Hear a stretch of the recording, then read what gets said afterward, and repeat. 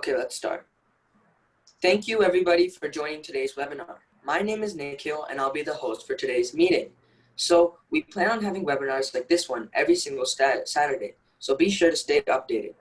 Our goal is to help as many students as possible, so we would appreciate it if you could share the word with your friends and family. Today, as we all know, we have the privilege of having Ms. Kodem as our speaker. She'll be speaking about her job as a lawyer, and she'll talk about her work environment, educational experience, and more. Everyone will be given the opportunity to ask questions in between. So if you have any questions throughout the webinar, you can click the raise hand button and I'll unmute you, or you can send the message through the chat. Now, Ms. Kodem, can you please give us a short introduction of yourself first, and then we'll love to hear everything you have planned to share with us today. So good afternoon, everyone. My name is Sharadha Kodem. I'm an attorney here in the Dallas-Fort Worth area. So let's see, how do I introduce myself? So I have a bachelor's and a master's degree in computer science, and I worked in the field of computer science for about 20 years before I decided law is what passionates me, makes me get excited. So I went to school at Texas A&M in downtown Fort Worth, and since then once I graduated from law school, I have been working in the field of immigration. I primarily do work with family-based immigration and business-based immigration, wherein we help employers get visas, work visas for employees so that they can come here and work, or we get families to sponsor one another and bring them here. So our typical workday would involve talking to people, talking to the clients, understanding what their requirements are, issue spotting. So just like you guys would do reading comprehension, and you spot issues. We spot issues based on what the client's needs are, and if there is an issue, we try to come up with a solution before we create the paperwork and present it to the government and see how it goes further from that point. So you mentioned that you worked in the computer science field for 20 years. So how did you decide that you wanted to make the change from computer science to law? So I used to work when I used to do programming. I used to work with a lot of compliance and regulatory work with the federal government, and every time there was a change in a regulation or a statute, what it implied was my code had to change. So that got me more and more curious as to what triggered the change. I mean, there has to be something, there's a cause and effect. So if they are making me do something, there had to be a reason for why it came along. So that's how, and then when we had to go through, as a programmer, you still have to go through and figure out what you can do, what your code has to do to behave consistently. So it gave me a view into how to read the requirements, and that's how it translated to getting into the field of law. So even though these fields are very different, you were basically already working and had knowledge about this immigrant visas and stuff. So these fields are pretty similar, right? See, in today's world, there is no one field that can be done in a silo. You kind of have to know other fields to appreciate the work that you do so that you can give your 101% at what you do. So yes, I had the visibility into what a compliance, an attorney on the compliance side needed, and that's what excited me. But now, if you look at me, I can, when I'm doing immigration, I still use what I learned in the field of computer science if I'm trying to get a computer scientist a visa for him to work, or a computer worker, this thing. So I have to understand how to best present the case of a computer programmer to the government, and my work that I did as a programmer helps me. So I think in the current day, everything is blending into one another, and more you know, it's better for you. So you've worked in both fields. So which education and degrees did you need to get to your current position? So to get to the field of law, you are required to do a JD degree, a Juris Doctorate, from an accredited ABA accredited school. I went to school part-time because I was working. But a typical JD degree is a postgraduate degree. That means you need to have a bachelor's degree before you can do JD. It's a 3-year course. And once you complete the JD, you are required to pass the bar before you are given the license to practice. Okay, so originally, what drew you to the field of computer science? Was there something that appealed to you in computer science when you originally chose? That's a good question. I have been, so I was a generation that did, you guys, I don't think you guys remember that or you were even born at the time when we used to have those modems that used to go tick, tick, tick, tick, tick, tick, tick, tick, tick, tick, to connect to the internet, right? So we've come from the phase wherein when you're connected to the internet, you can't talk to someone on the phone. It was related, right? And computers was the in thing then when I was in school. And that excited me into figuring out how computers work. How do I make it do something that I want? And being a very lazy person myself, I wanted something to do things for me. And what other thing than a computer? So that's great. So after your education, what all jobs did you have before your current job? Was it only the computer science or? Yes. So I did my bachelor's in India in computer science, bachelor's of engineering in computer science. I did master's in computer science, and while I was doing master's, you're a typical grad student and you need to feed yourself. So I worked at Subway as a sandwich maker.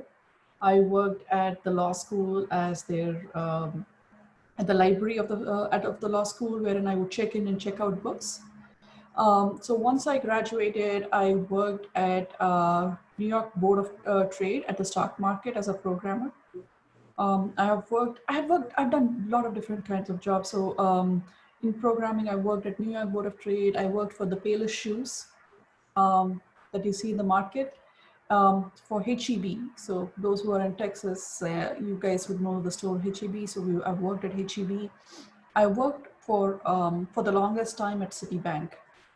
And then I started my own practice after I got my degree. So you've worked many jobs. So in Citibank, what exactly was your role? Because you said that was the job you worked the longest. So that's where I worked with the US government and Treasury Department, and where our reports had to be generated for them to make sure the bank was compliant with various dealings. So let me give you an example. Anti-money laundering. What it means is people shouldn't launder money. You know, the concept of you need to pay taxes. You cannot move money from terrorist nations to another country, into the United States or vice versa. So these are things that you need to keep a close eye on. And bank, which has millions and millions in account, you need to have a method and a way to figure out how you determine it. How do you determine that Nikhil is not involved in taking money from a terrorist organization and giving it? So we had to come up with those protocols, create those documentation, those reports that we used to typically send to the federal government. And that's what I used to do. We used to come up with ways and means to figure out if something is a fraudulent transaction. So your credit card gets stolen, right? And someone calls you and it says, "Hey, I just see a purchase on my credit card for $10,000. I didn't buy it. I didn't buy it. Do I trust him? How do I make the determination that the person is real, the card is really been lost or not? And what do we do next? Okay, and then we realize, okay, the card was in effect stolen. So what do we do to make sure that the client at that time, the customer is not impacted? How do we close out the card? You know, what do we do next? So those are the kind of things that I worked in Citibank the mostest. Okay. And so, um, what time was it that you decided that you wanted to pursue law? Was it during that Citibank job that you got closer and closer and you wanted to, Pretty um, much. Pretty much. okay. And so what drew you in law? The, the beauty of law is a single statement can be played in any which way, right? It's not black and white. It has all shades of gray involved. So I can use the same law. So let's think about it. I know you guys would love watching all these crime movies and crime shows, right? You have the prosecutor and you have a defendant, different defense attorney who's arguing about the same thing, but they portray it in different ways, right? The prosecutor comes and says, hey, this guy killed someone, or this guy stole someone, and hence should be punished XYZ. The defense attorney comes in and says, yes, he may have stolen, but these are the reasons why he stole. Maybe he didn't have enough food. Maybe he was forced to steal it. So it is the same law which can be looked from either side. There's no right answer here. And that's what I love about it. So when you originally did computer science, what age were you when you decided to pursue computer science? Was it in high school that you knew that you wanted to do computer science, or it Yeah, was?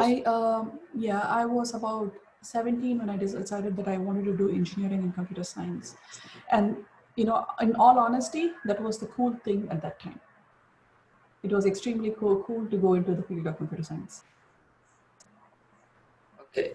And so someone sent a question.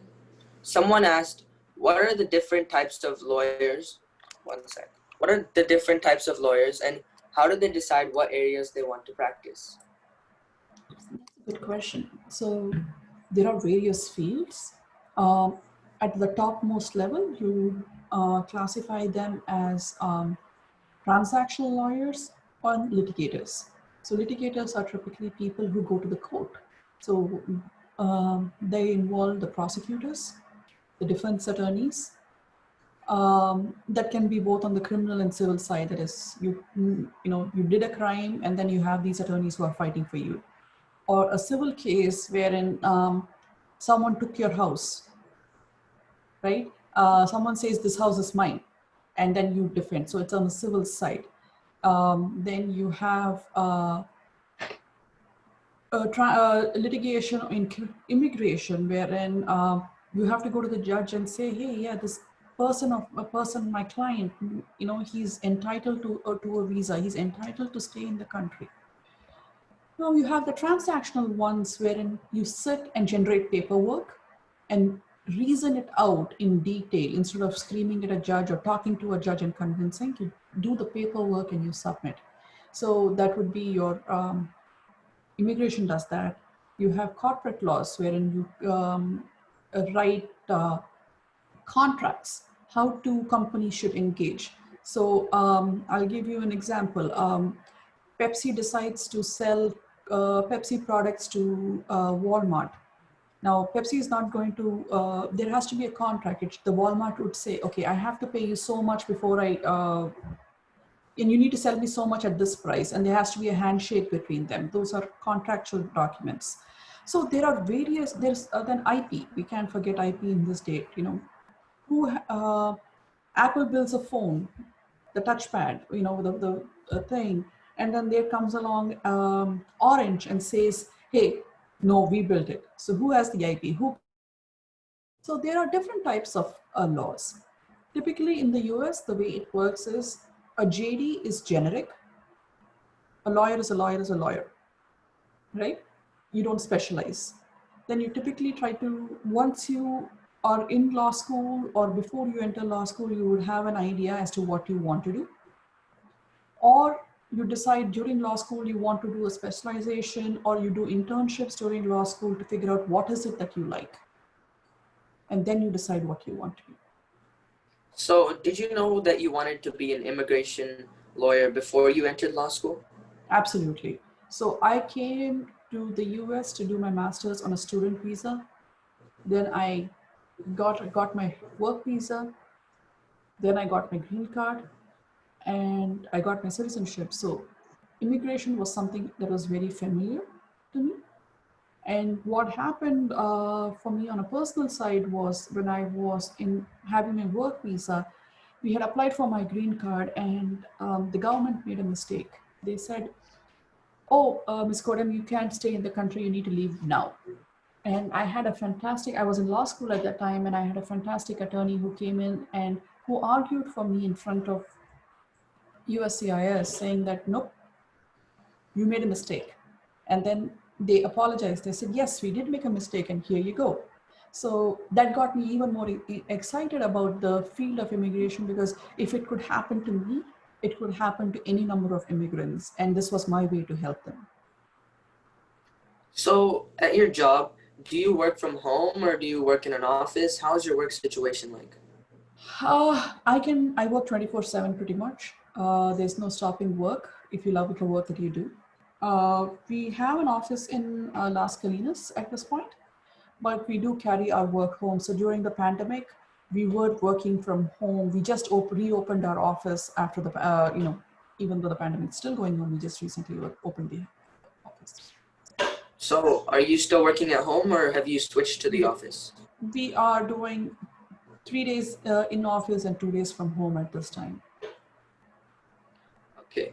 And so, if you weren't working in the field of law right now, or computer science, is there any other field you would consider that you were like Hmm. deciding?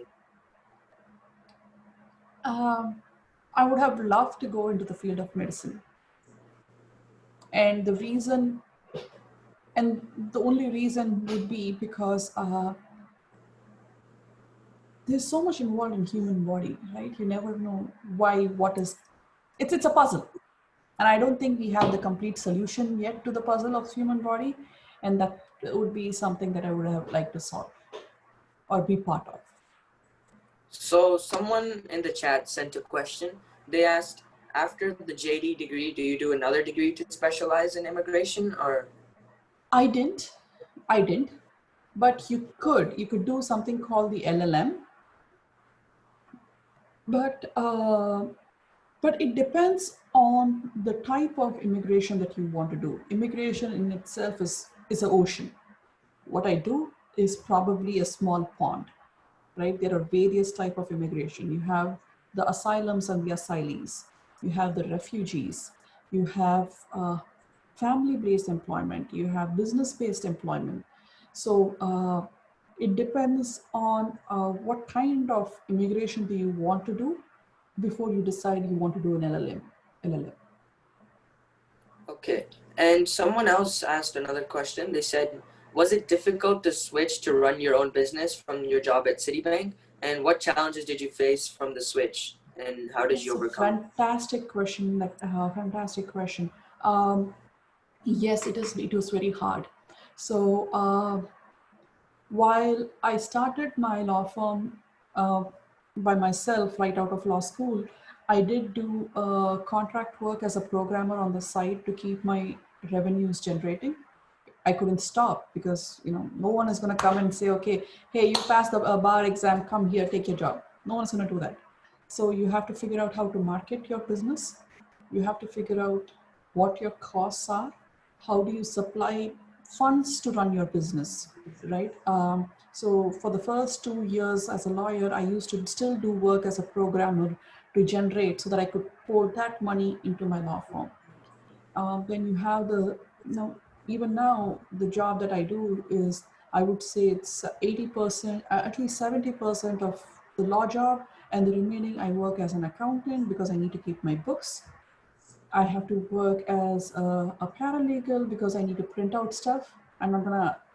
I act as a runner wherein I have to go drop things off at FedEx or go to Costco and pick up piles of paper to generate.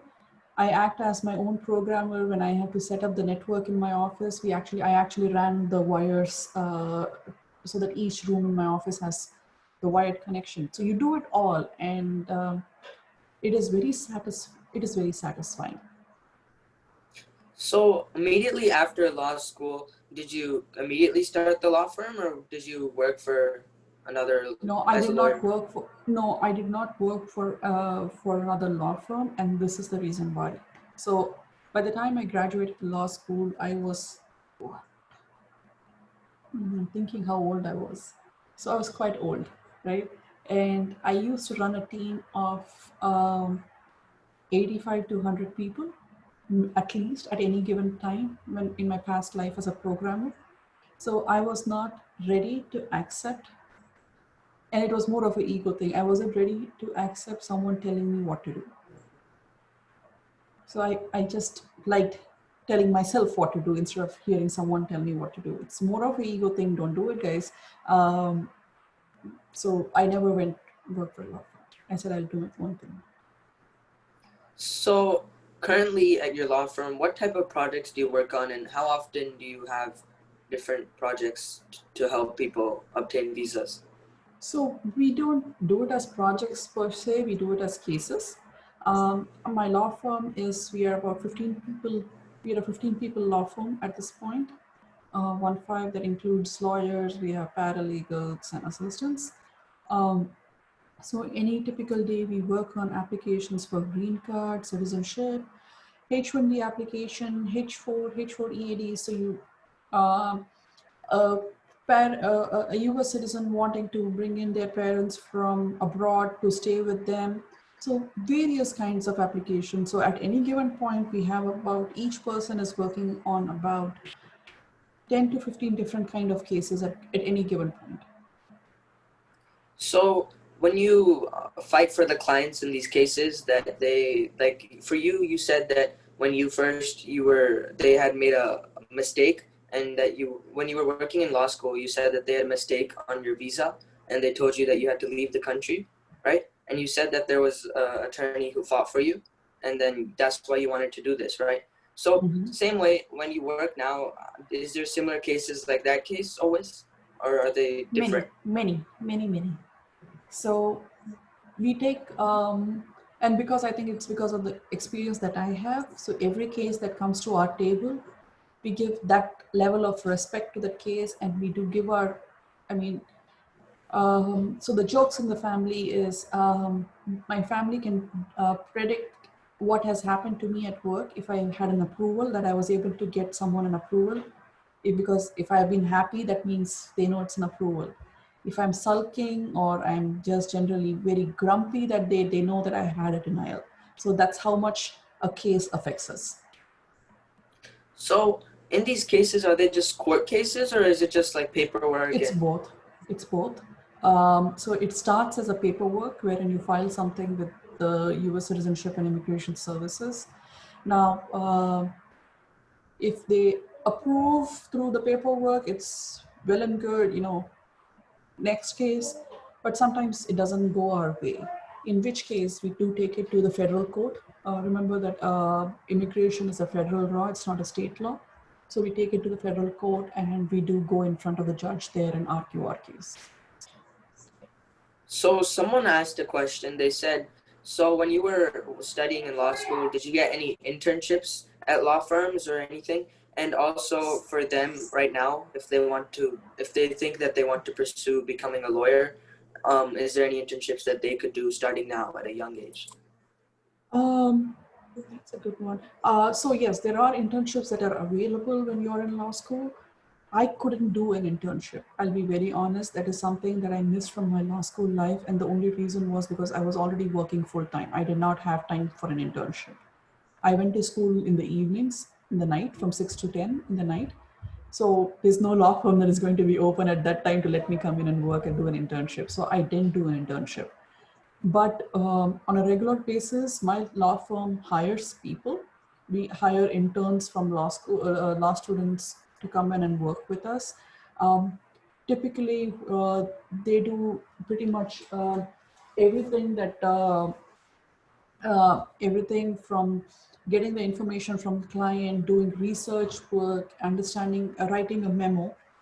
And it is advisable that students do try doing internships so that they can get a feel for what they're getting into. You don't want to say, yes, I'm going to do immigration, and you realize that is not really what you want. You perhaps want to do corporate law, or you decide your passion is to be in the court only. So you would rather to be a prosecutor or a defense attorney.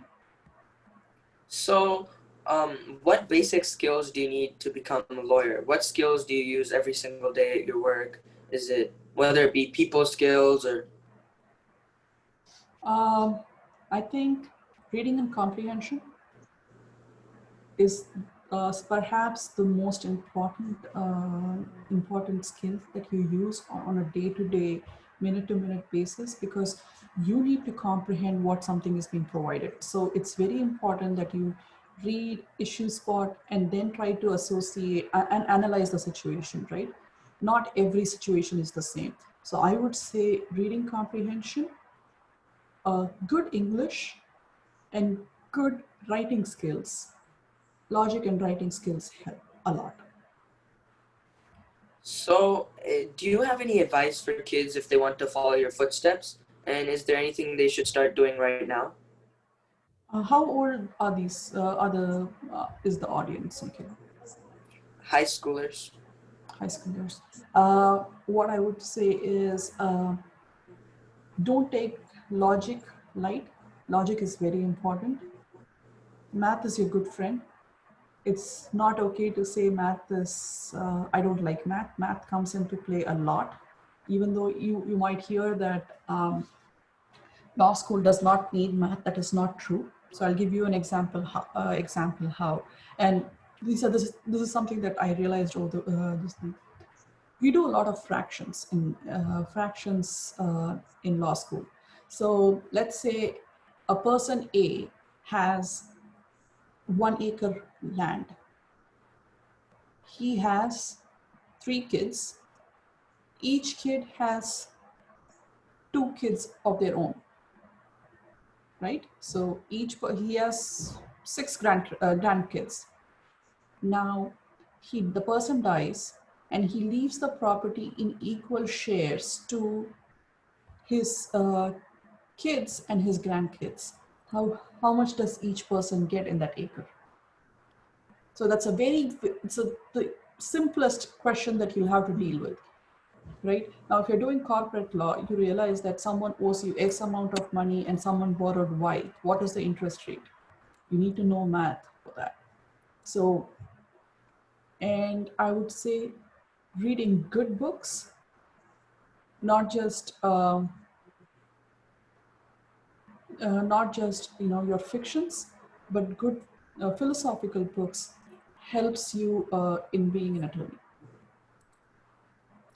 So, both math and English both play a huge role. And so, there's a question from the audience. So, Arman Abbas would like to ask a question. So, you can unmute yourself and ask the question. Okay, so I've been interested in doing corporate law. So like, do you know what the pros and cons of like going into that like law field is? Okay, that's a good question, Arman. So a corporate law is a very general. It is at a very general level, right? A corporate law could be broken down into a person who just works with contracts.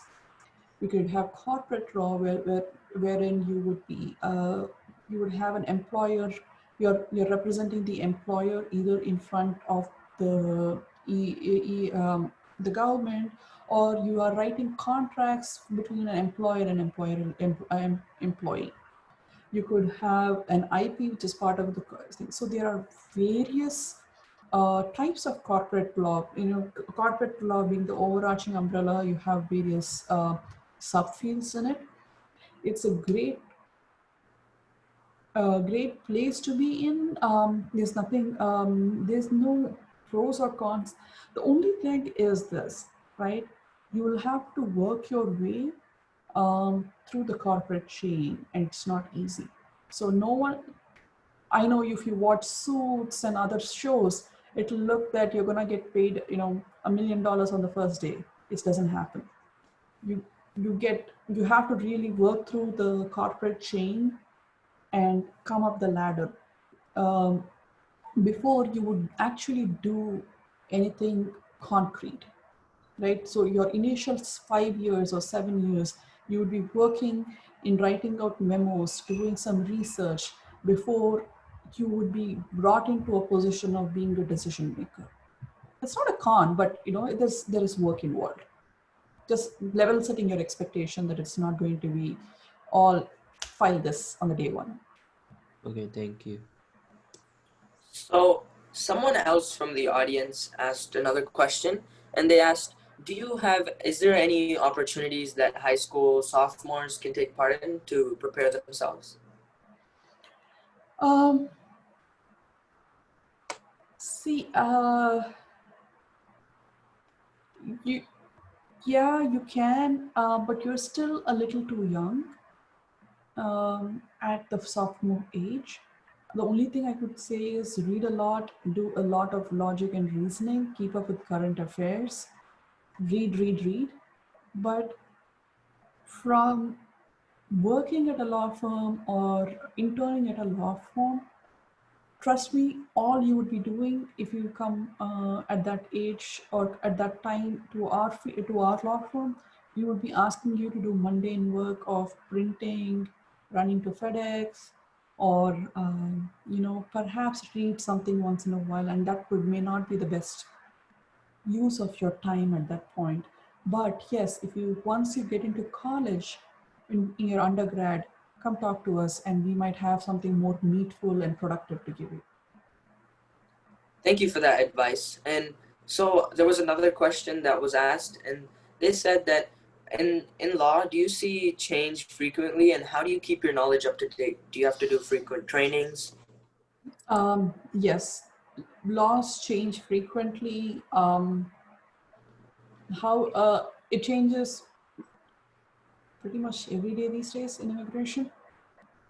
So something new every other day. Like Mondays, I'm scared of Mondays because something new is gonna come my way on Monday, right? It used to be Fridays before, now it's Monday. It takes a weekend.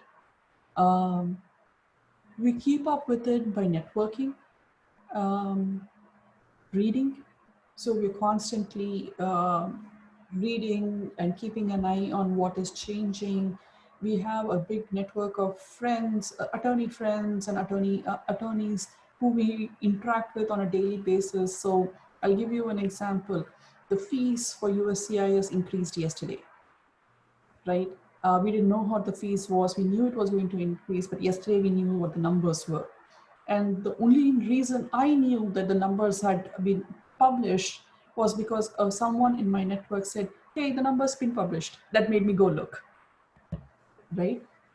Or you subscribe to various news agencies, law agencies, and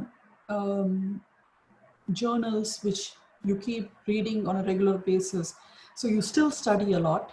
That keeps you on top of your game. So there's many different laws in for law. Like there's many different laws. Do you memorize them, or do you have like a handbook that you look back on? So let me show you an example. So this is one of the books that I have, and it is always on my table, right? It is never far away from me, and you never memorize. You understand it, you know what the fundamental is, but you never memorize because if something has changed, you're working from faulty memory. So you want to go back to your basic and ensure that what you remember or what you think you remember is what it is. So you never memorize. So since these laws change often, do those books also change, or like do you have to get a new update of the book? So Yep. So how you often see, do you? you see these books out there? Yes. I don't know.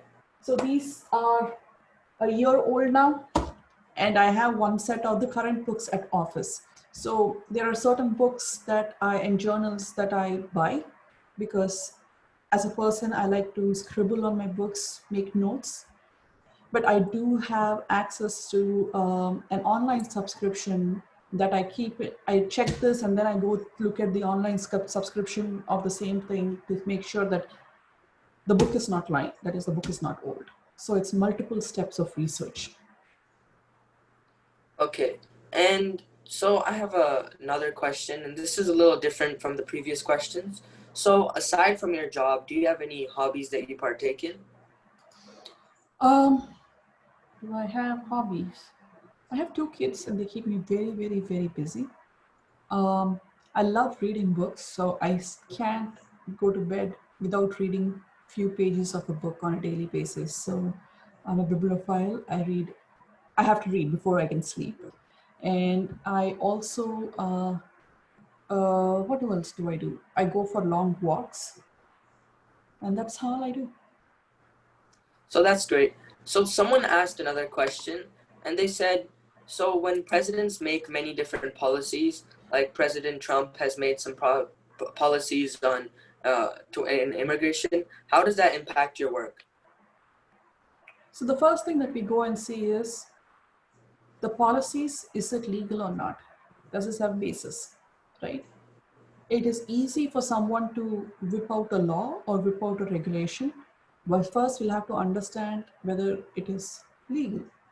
Now, if you find it is legal, then you'll have to change the way you practice, understand what the requirements are, right? So requirements are, and you change the way you work.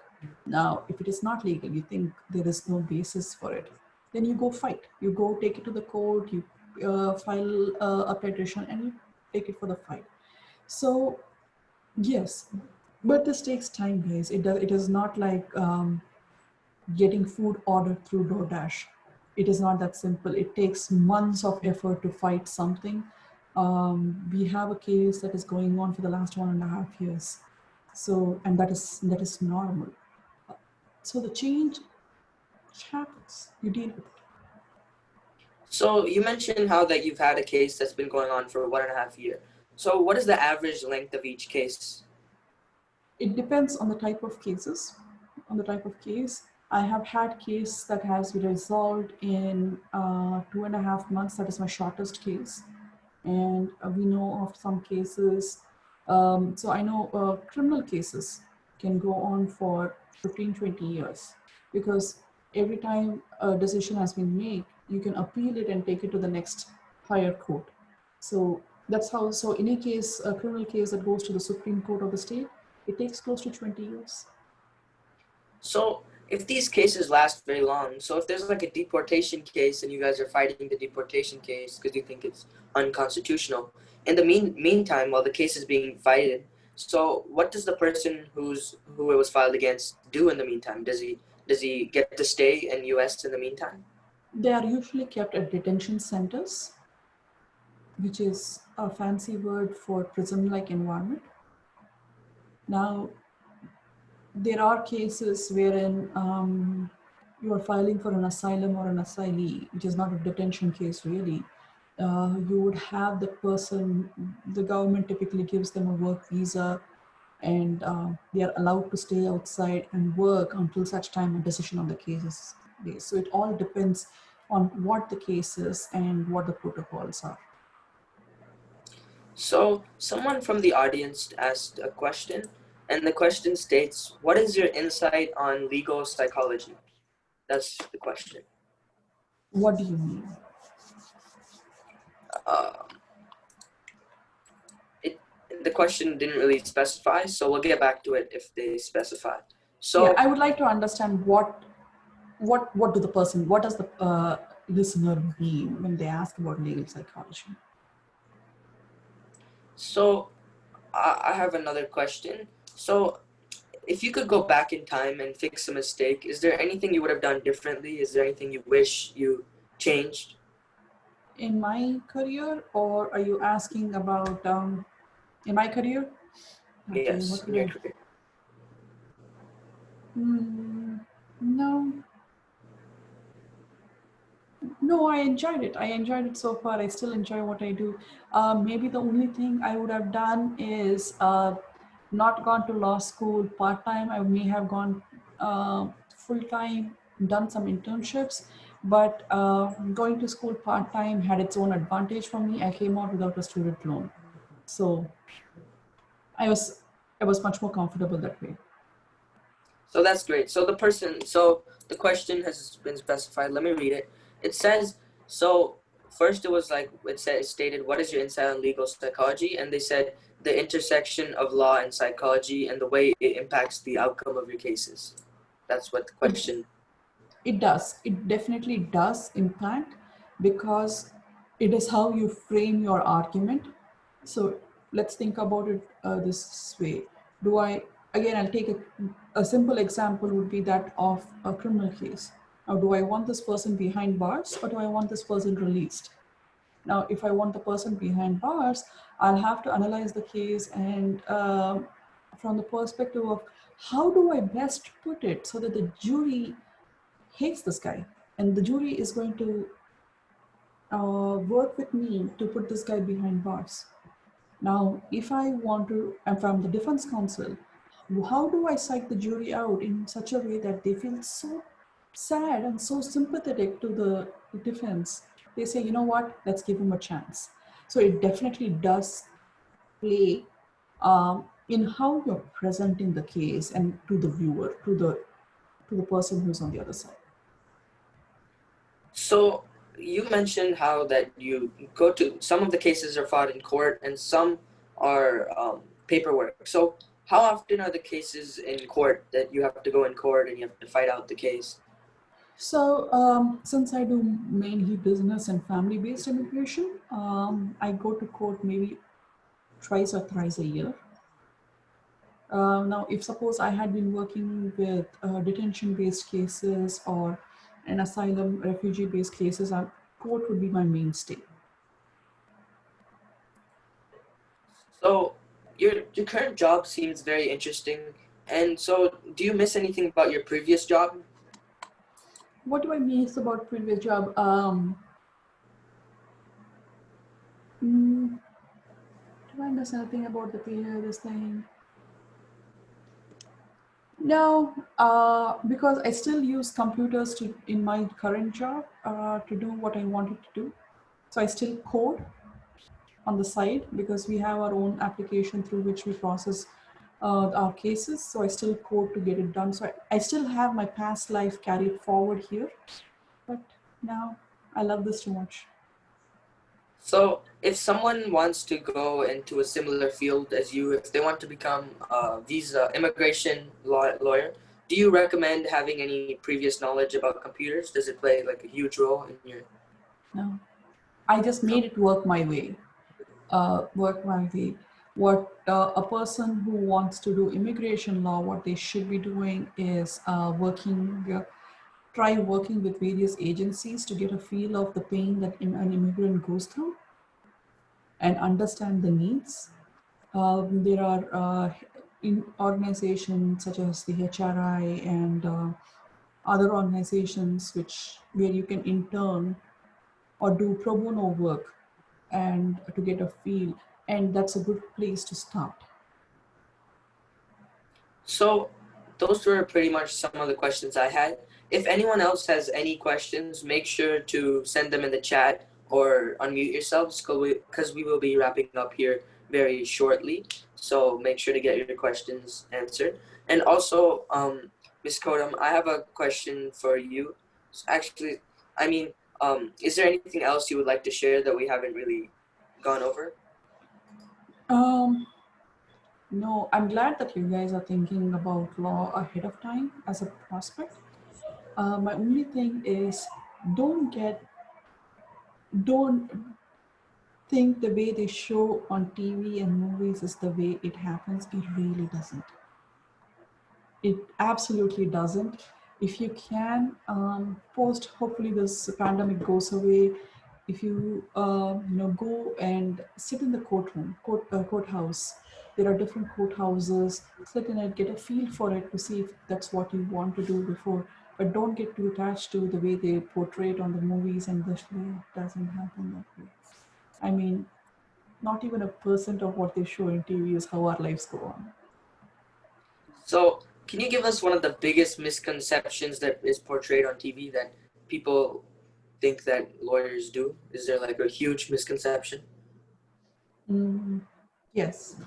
You know the scenes wherein they say, Your Honor, with the bang of the table, trust me, you try doing it, you'll get kicked out of the courthouse.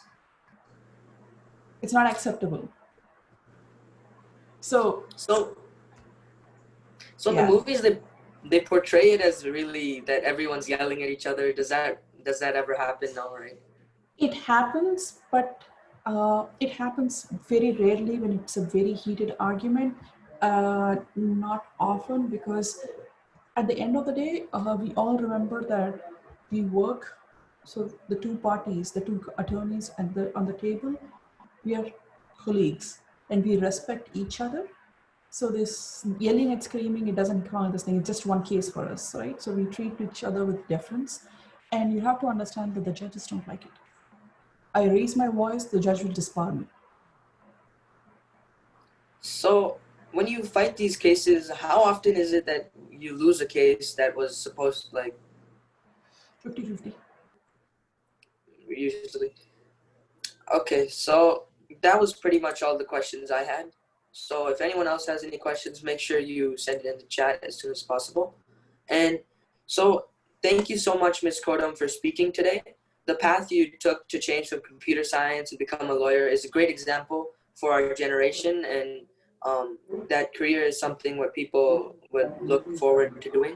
So, thank you so much. It's very inspiring what you told us today. It helped give many students more courage and more knowledge.